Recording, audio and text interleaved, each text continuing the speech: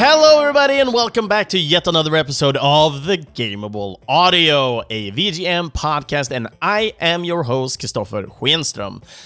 In this week's episode, I want to loud and clear speak about the sponsor of this episode. It is Tumult Kollektiv, a non-profit, community-driven co-living incubator who sponsored me with tickets for this year's Nordic Game Conference.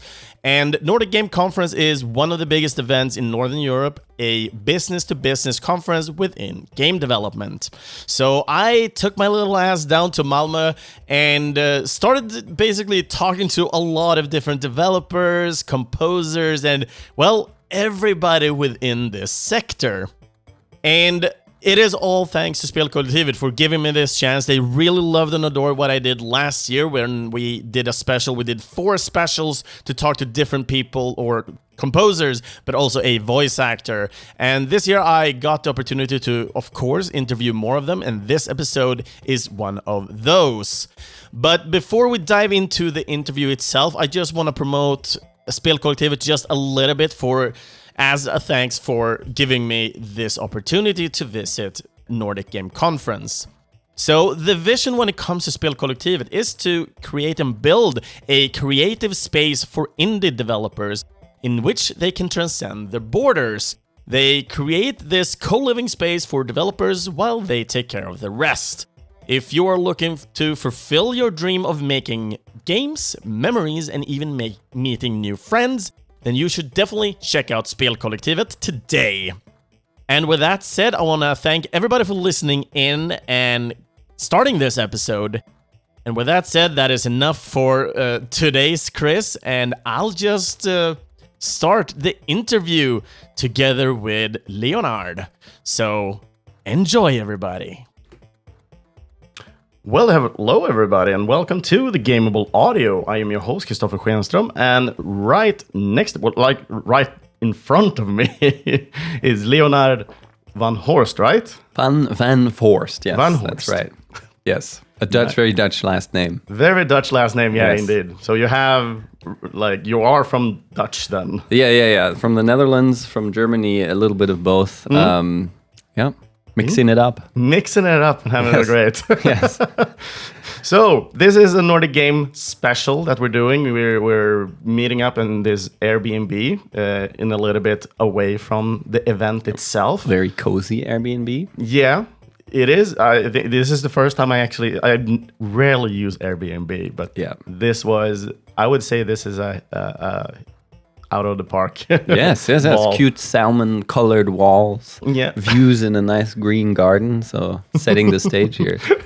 What we don't have is a really nice, cozy backtrack here. Yeah. We need an ambience here. We need somebody who designs sound or something. Yeah, I wonder what it can be. Damn. If we only had Oscar here. Who would make like some noises in the background. Exactly. So the reason why you're here is basically we talked a little bit through email contact before this event, and you're basically recommended from our friend Oscar Redelius. Yes. And he was like, you definitely need to talk to this guy. He's coming to Nordic Game, and that's kind of how we got connected. Yeah. Quick shout out to him. He's hooking me up with everything, like dinners here, and he's been really, really amazing. So it feels very nice to come here to Sweden and be welcomed by a fellow composer in that way. So very cool. Yeah, that is great. That is exactly kind of what he's after as well. He's talking so much about having this kind of collective kind of feeling and vibe. Everybody's helping out. And this is kind of what I'm doing as well, but from another kind of perspective, being an enthusiast of music. I mean, we need those everywhere. Yeah, we definitely do. This is why I'm so holding on to this concept. Yes, very good. I'm never gonna release this. And I mean, thank you for showing the interest and even wanting to talk here. So that's very cool. But it's gonna be interesting. So just to start out a little bit, I just want to get to know a little bit about you. Since we only had a little bit of contact through email, we didn't really go that thorough. And while walking to the Airbnb, we're just generally talking about different things in Malmö.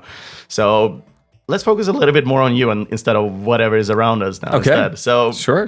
Where did you start out with getting an interest in music? I think that was when I was around I mean, 12, 13-ish. And my dad always played like great stuff. Like he loved R&B and a lot of jazz. And so, you know, the classic story of like my parents just played like bangers in the living room. That already has some influence, of course. Having an older brother who shows you like a lot of different music as well. Then when you become older, like he played me a lot of metal and I don't know. I think a good range of stuff that I was already listening to. And then at some point I started to learn a bit of guitar. And I was never really a good instrumentalist. So I think I really lacked like the concentration. I mean, I think game composers overall tend to be a bit ADHD maybe. Like I bet Oscar has some form of it. And a good friend of mine, Joel Schoch in Switzerland, he also makes amazing music. Probably the same. And I think it's all relates a little bit to this like being too impatient to learn one thing, but then having a lot of energy to make a lot of different stuff, you know. And I think that's sort of a trait that we all have. But so played a little bit of guitar. I mean, I liked it, but I just didn't really want to practice all the time. It was just I never could imagine how you could just practice one instrument. Having that sort of discipline Constantly. to it. Yes, discipline. Yeah. I don't have that. What is that? It's no, not for me.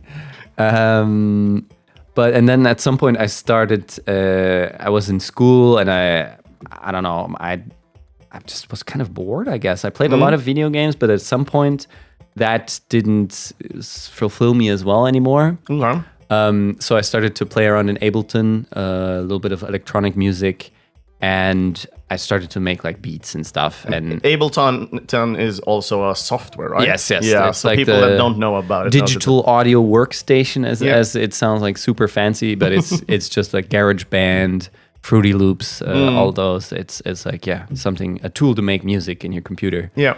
And that's what I started out with because my favorite artist back in the time, Deadmau5, was using that. And I think he was really relatable in that sense. Was just like a nerd behind a computer, just making some music. And I thought like, I can do that. You know, I'm a nerd. I'm behind my computer. I might as well just start making some beats. So that's how that happened. But was it simpler for you to get into that? Like when we're talking about the guitar and the discipline, was it easier for you as a nerd then to get into this? I think so, because it's like, I mean, with playing acoustic classical guitar, you're just like following the notes and you just have to practice. And I think from the start, it's so much about like, how do you sit? How do you play correctly? And I think thinking back now and thinking of how I now appreciate music, I mostly appreciate music in a very raw sense. So like if somebody hasn't practiced much, but they still have some feeling for it, I often enjoy that more than if somebody's like super perfect in their technique and everything, because I somehow really appreciate some of the rawness that comes out when someone is just intuitively playing something. So I think like we can talk a little bit about passion coming through in that sense. Yeah, I mean, there's so many forms of passion, of course. Like a classical musician who's played for decades, of course, can have so much passion in their playing, but it might be very controlled and very like specifically in the style of classical music. But I think someone who's never played the flute, for example, and just picks it up and plays it for the first time can make something or get something out of the flute that might have just the same amount of value or the same amount of creative value as someone who's been playing it for decades. It just depends on, I guess, the moment and what they're feeling at that time, you know. And I mean, of course, if you really can't get any sound out of it, it might be difficult. But if that's, you know, if you can get some sound out of it and you can play around a little bit, I think everyone can create something meaningful. And I think maybe back then when I was practicing guitar, I was already sort of like, I didn't want to go down this route of like, you just play perfectly and you play these specific things. You kind of weren't in the right headspace either, maybe. No. Because I remember I think it was for like X Factor or something like that. There was somebody who was there singing and the judges are like, no, stop. Yeah. Just think about the sad moment. Sing the same song, but think of a sad moment in your life. Yeah. And I think it was a guy, and he was thinking then about his dead mother or something like that. But and the tones like totally differentiated when he had that thought instead. Yeah. So I think just having the headspace can make such an impact. Absolutely. Just going from that perspective. I 100% agree, and I think it's the core, you know. So of course, there's like if you want to play classical concerts, you gotta practice a lot and do that. But when I was making stuff in Ableton, then it was very quickly I was like, okay, this is mine, and this is very intuitive, and this is something that I just now created, and I think now I'm starting to have that moment again with instruments themselves as well, where I just realized like, okay, I can pick up any instrument and you just start playing a little bit, and you don't even have to be good at it, but something can come out that is valuable, that has worth, and I think that's always been something that I wanted to, when people would ask me like, oh, you do music for games, and that must be, how did you get there? And I'm always trying to say like, it's not too complicated actually. You don't have to, like in so many composers' biographies where it says like they played piano for 20 years and whatever. I mean, it helps, but as I said not before, necessary. Yes, and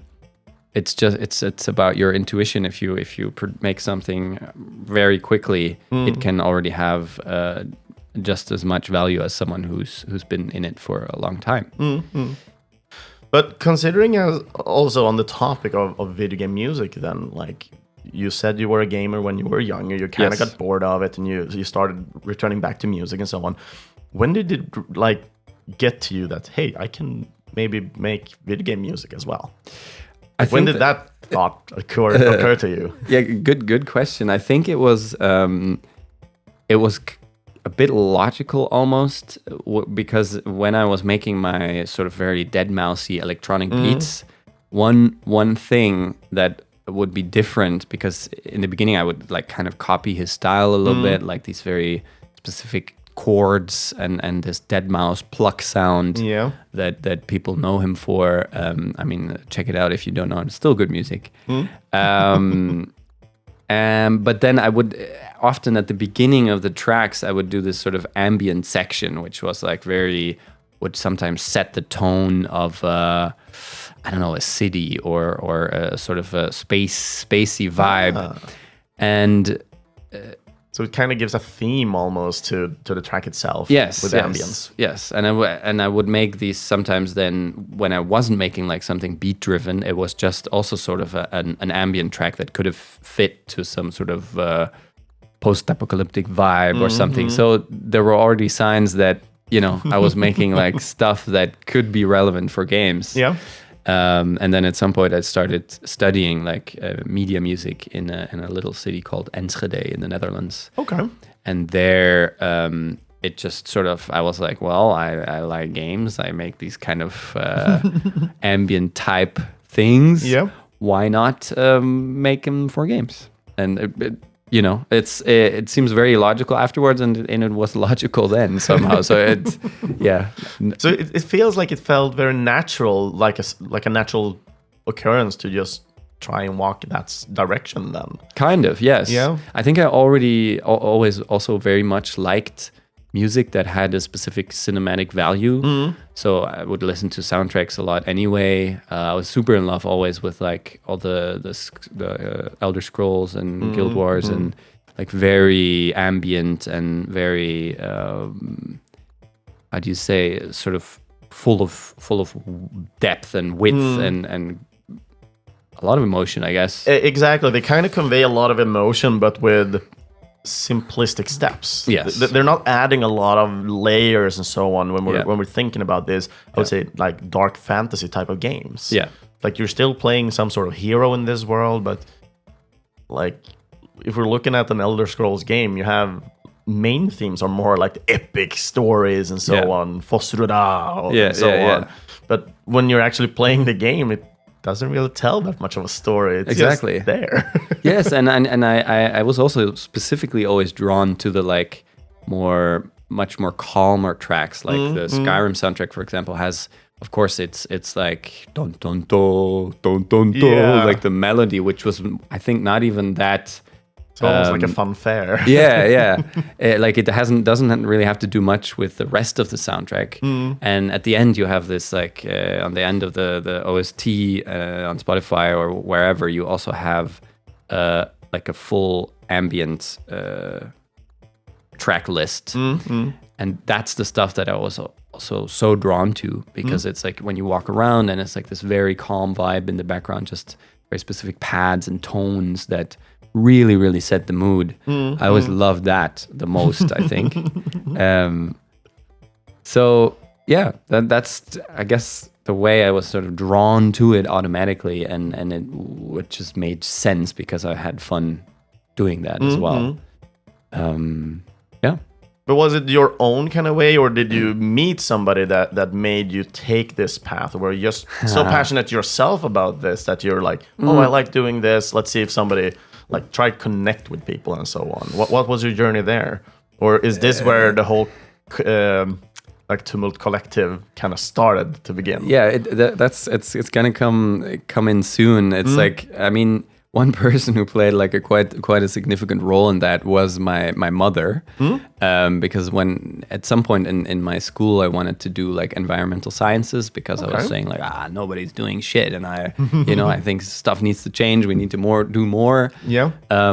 But at some point, my mom was saying like, you don't even put that much energy into like separating the trash or something. And I was like, they don't do that properly anyway themselves. But then at some point, I was like, maybe she has a point. Maybe it's just sort of a fantasy that I want to do all this and change all this stuff. And what am I actually already doing concretely? And that was like the music. So I said at some point like, okay, maybe I want to study music. And then she was like, that's the first time I've heard something sensible from you in regards to your future. And I was like, wow, okay. Intense statement. Tough love yeah, from yeah, my mother. Yeah. But I guess I'm very lucky in that sense to have a parent who actually pushes you towards the creative. They care so much for your future as well. Yeah. And doesn't push me to like study law or whatever. I don't know. To follow what feels right for you. Yes. Exactly. That's nice. So kind of lucky in that sense. Very lucky. I mean, she always really gave me the feeling that I can just do whatever and it will work out fine. Yeah. I think that's a very, very valuable thing to get from a parent. Definitely. But then at some point during the studies, I was starting to get more into this kind of like, hey, maybe I should do more with games. And I was still a bit in my like electronic being a DJ kind of vibe.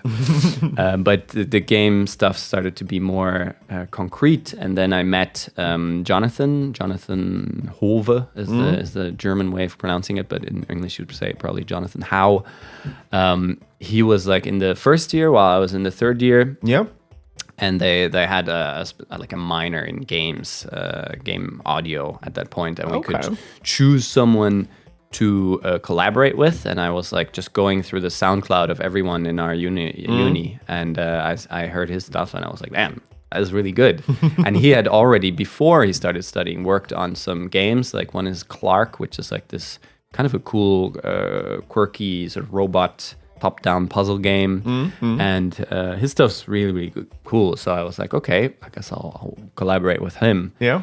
And since then, it was kind of it just went, It was like since then we've been collaborating, and that's been, I guess, more like 10 years ago now. So. Goddamn. Yeah. Goddamn.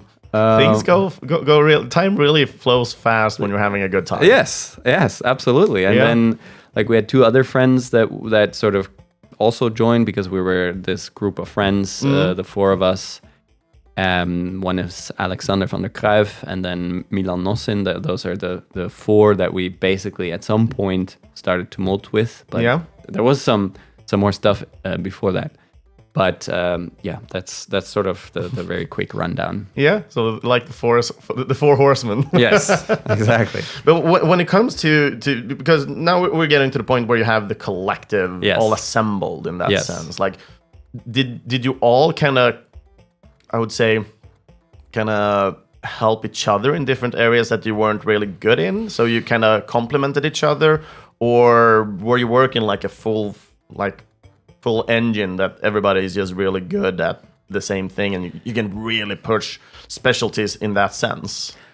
Really, really good question. I think it's something we had to find out over some time, because, for example, if you take some startup or something, it's like oftentimes you have the marketeer, the engineer, like the quite specific roles that are sort of designated, and we were just sort of all like similarly enthusiastic about the same thing. So we were just like, oh, let's start doing this. But then at some point, I think we did ask ourselves, like, we're all kind of like good at the same thing. Does it? Is that even a smart idea to then work together like this? And I think over time, all those aspects definitely fell into place much more. You all kind of grew as well with the company then, I guess. Yes. And I mean, I think the specialties we have now really make sense together.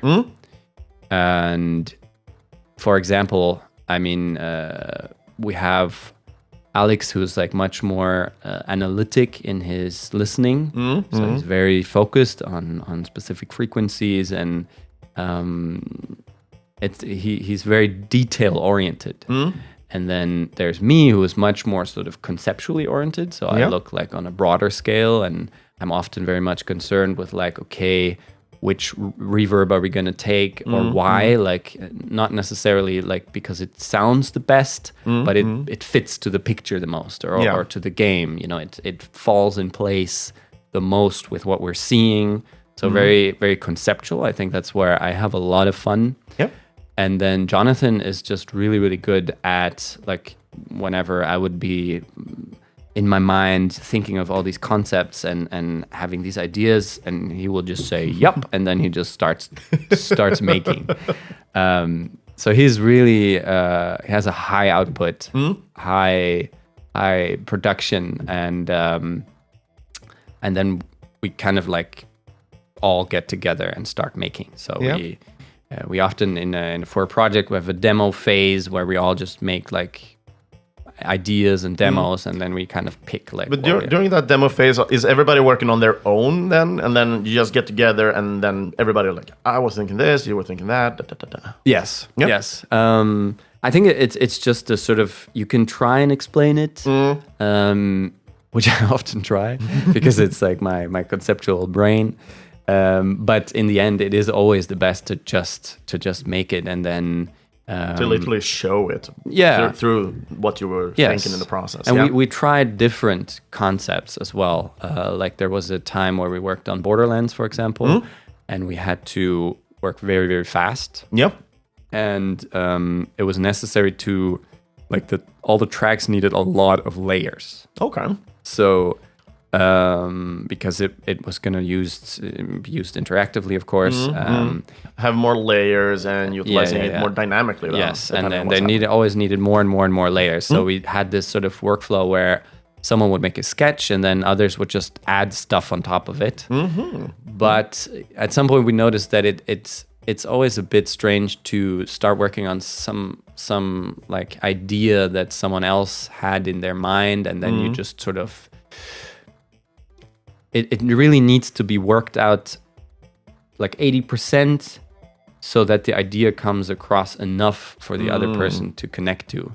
Because if you start something and you have like a feeling of like, oh, this is where it's gonna be headed, this is where it's going, then you can feel that, and that's oftentimes why I think it's also very valuable to make a sketch quickly and to transfer that idea quickly, because you can transfer this feeling into something concrete. Yep. But then if you have others who need to connect to that, they can't look into your mind. You know, you need to have it finished up until a certain point for them to really understand what you meant to do or where it meant. Or else you will kind of have this like the whispering game where you whisper something in somebody's ear, like, yes, we have the beaver and the beaver is eating a stick. Yes. And then in the end, it's like, there was somebody, a bear, he was eating honey with a shovel or something. Yeah, exactly. I don't know. Yeah, it's like in the end, it's just gonna be bonkers. Exactly, and it's also for the person who gave away their track, so to say, for someone else to work, and then you hear it back, and you're like, that's not really where I was going for, you know. So, but so I think from then on we stepped away from that method a little bit, where it's just. We noticed that it's just much healthier and much better when everyone just goes into their own little bubble, makes something, and then I think that's why this demo phase is so cool, because we just make a bunch of demos, and each one, like you can instantly recognize in someone else's demo when something works and why it works, and then it's very natural to adapt those ideas. Yeah. And then work it into your own. And that's how we sort of often go from like, okay, you're all a bit in a different place when you start out. Yeah. But through making some demos and through exchanging these ideas, everything starts to sort of come closer together. Yeah. And then I think we always kind of manage to make a soundtrack where different people write the music that still sounds like a coherent thing. Yeah. That's amazing. I think that could also be because you've been working together for so long as well. Yes. You need to understand and you can actually kind of mold yourself into the other concepts as well. Yes. Like you have your strong suit, but you're also able to be molded and understand others. And I think that's a very unique skill set to actually have as a composer. Yeah. The more I talk to different composers, usually we talk about, I really love doing metal as a style, but I can also do this. And I was like, but are you good at this as well? Sometimes you can always start like, what is your style, or are you everything music? Yeah. It's hard to say, in my opinion, like I'm everything music, because it's so wide. It's so hard to take in. Yes. So it's beautiful actually to hear that you're coming together and that you can actually conceptualize and work on your own, but at the same time you just mold yourself together and actually work for one direction with multiple people at the same time. Yes. And I mean, it's nice that it actually works that way, you know? I mean, it could be that stuff just starts to be incoherent or I don't know, but I'm happy that it does, because it's very nice to share that. And not just constantly sit alone in your studio and just have to think about that all by yourself. Yeah, exactly. So considering, since you are 4 people in this collective, is it usually that you all work together for one project, or can it be like one person works on something else and you work on multiple projects at the same time? Also a great question. I think it varies. So sometimes we have a project, like right now we have the Nightling, which is the new game from Twirlbound. It's going to be out later this year. And there we do like voiceover, sound design, music. So then within one project, we're all working on it, because it's like a lot of work. But then we all have our own department a little bit. So like I, for example, did mostly music and voiceover. Yep. So I was like solely responsible for the voiceover. And then Jonathan and Alex did like music and sound design. So that's how we already had a bit of a split. And then now we're doing some more smaller projects where it's possible also to split it even more. So maybe just one person does the entire soundtrack for that. So it depends a little bit on the projects, though. Yes. I think also what everyone feels like, what everyone has fun doing at that moment. And we always make sure, I think, that everyone finds a way to sort of lay their egg. I think it's a very Dutch saying, but I just use it. Everybody has their part in the project, to some extent. Exactly. Yeah. I love the metaphors talking about eggs, so I love it. Yes. But considering you as a composer and you're really enjoying the conceptual part of it, does that mean you also like the more pre-production of the music as well, the demo part of the production? Yes, I think it's so... Is that where you shine the most in by your own meaning? I mean, maybe. I think like the conceptual part, because we do everything ourselves, so we do like the demos, then we do the sort of sketches digitally often. Like for the Nightling now, for example, we did this like MIDI sketches, and then we write down the sheet music, then we record it, then we mix it. The only thing we don't do is the mastering. Yeah, okay. But then mixing is still very conceptual, for example. Right now, I'm going to focus a lot on the mix when I'm back in Berlin. And that is still so conceptual, like where, how do we want everything to be placed in the end? I mean, we have a rough idea, but up until it's really, really to the point where we want it, there still has to be a lot of thought put into it, right? We thought a lot about like, should the reverb be a little bit more cold, like 80s type of vibe? And then we find some other soundtrack or like some music by Ryuichi Sakamoto, which has like a beautiful hall where we were like, damn, this hall seems like kind of like has a blue sort of warm feel to it.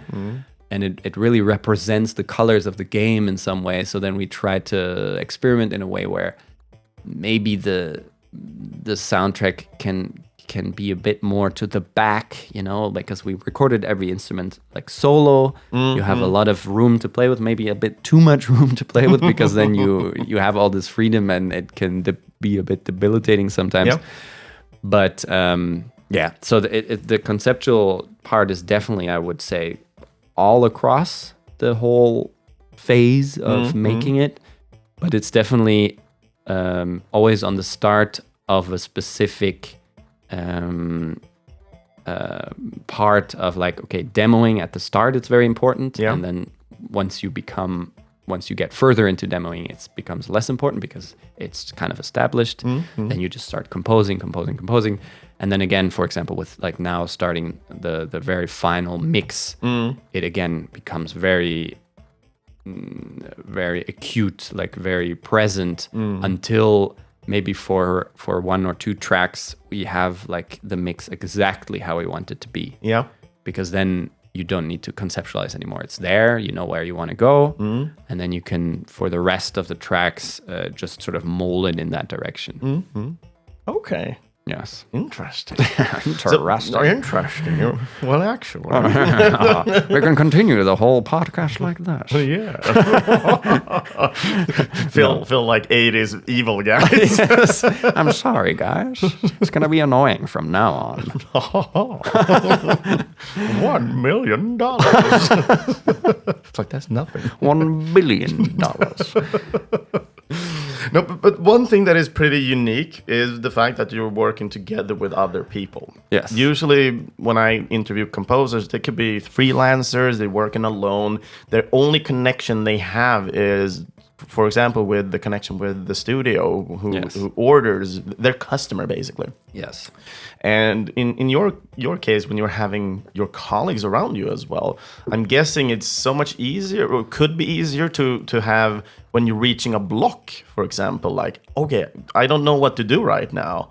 But since you're having other colleagues around you, I think they can help you to get over that so much like faster than others might not be. Yes, totally. Yeah. It's really, I mean, we have this feedback loop. I mean, we have 3 studios next to each other. We could just open the door and walk to each other. But by now, we just throw everything on Slack, and then we listen, and then we write feedback, and it's very easy, and it's super helpful. Yeah. We do that with emails, with like, when you write a very important email, you can just like send it to the other 2, and they'll be like, maybe add this and that, blah, blah, blah. Yeah.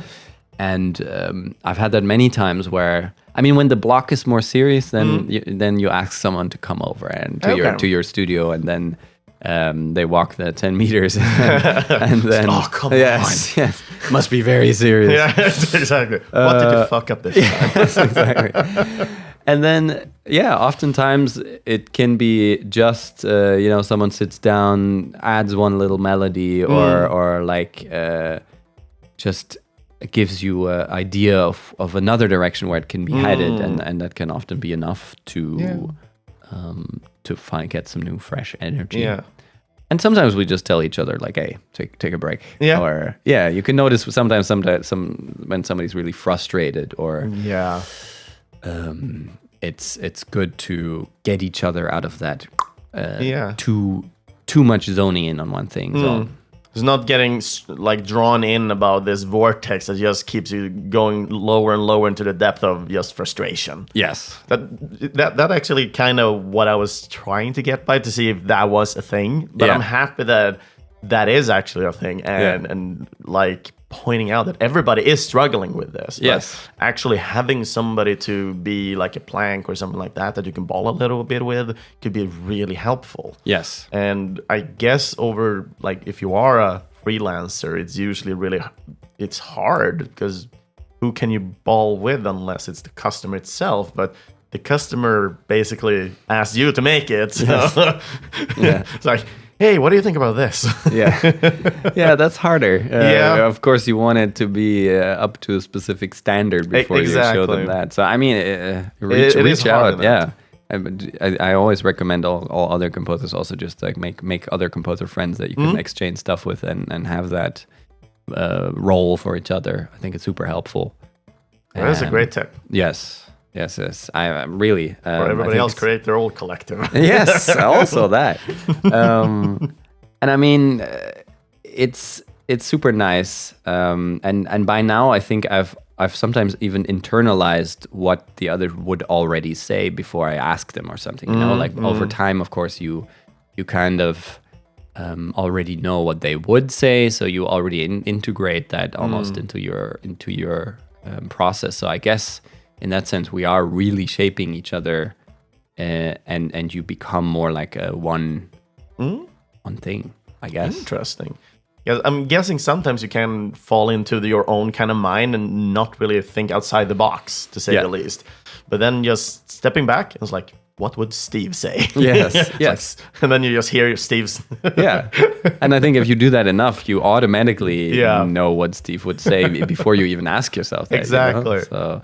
That's really interesting. That's a whole new other perspective that I haven't had interviewing another composer, really. It is so much fun, and it feels fresh, to be honest. Okay. I'm happy to offer a fresh vision on the composing world. Yeah, and I hope that will give a little bit of perspective of how much difference are out there as well. Yes, and I mean how much differently you can do it. I mean, I guess like if there's a concept people have in their mind which hasn't been done, I mean, why not try it out?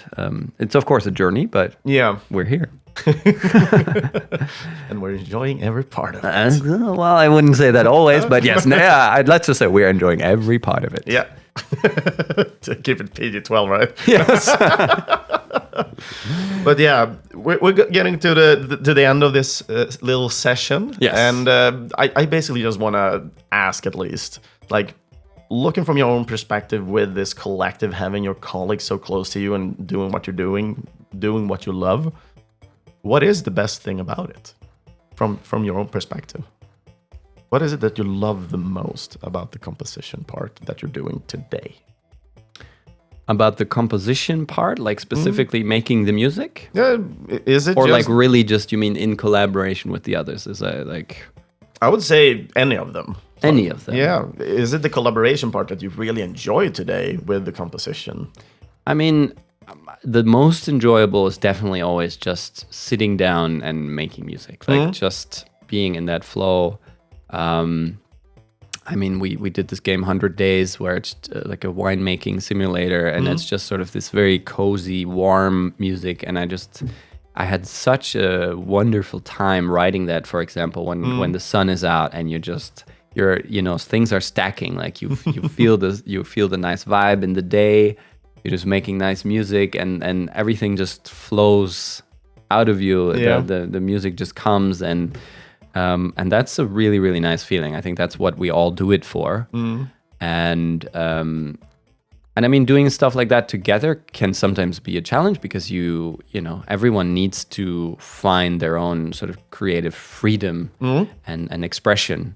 And I think that's something that can sometimes be a bit of a struggle when you're working together. Yeah. But then at the same time, we're really able to help each other and protect each other and also point each other in the right direction sometimes. We're like, hey, I feel like you're not, you know, maybe you're not focusing enough right now on what you need to express. Or so that is ultimately, I think, the best part of it. Helping each other just sit down and enjoy that, enjoy the process. Nice.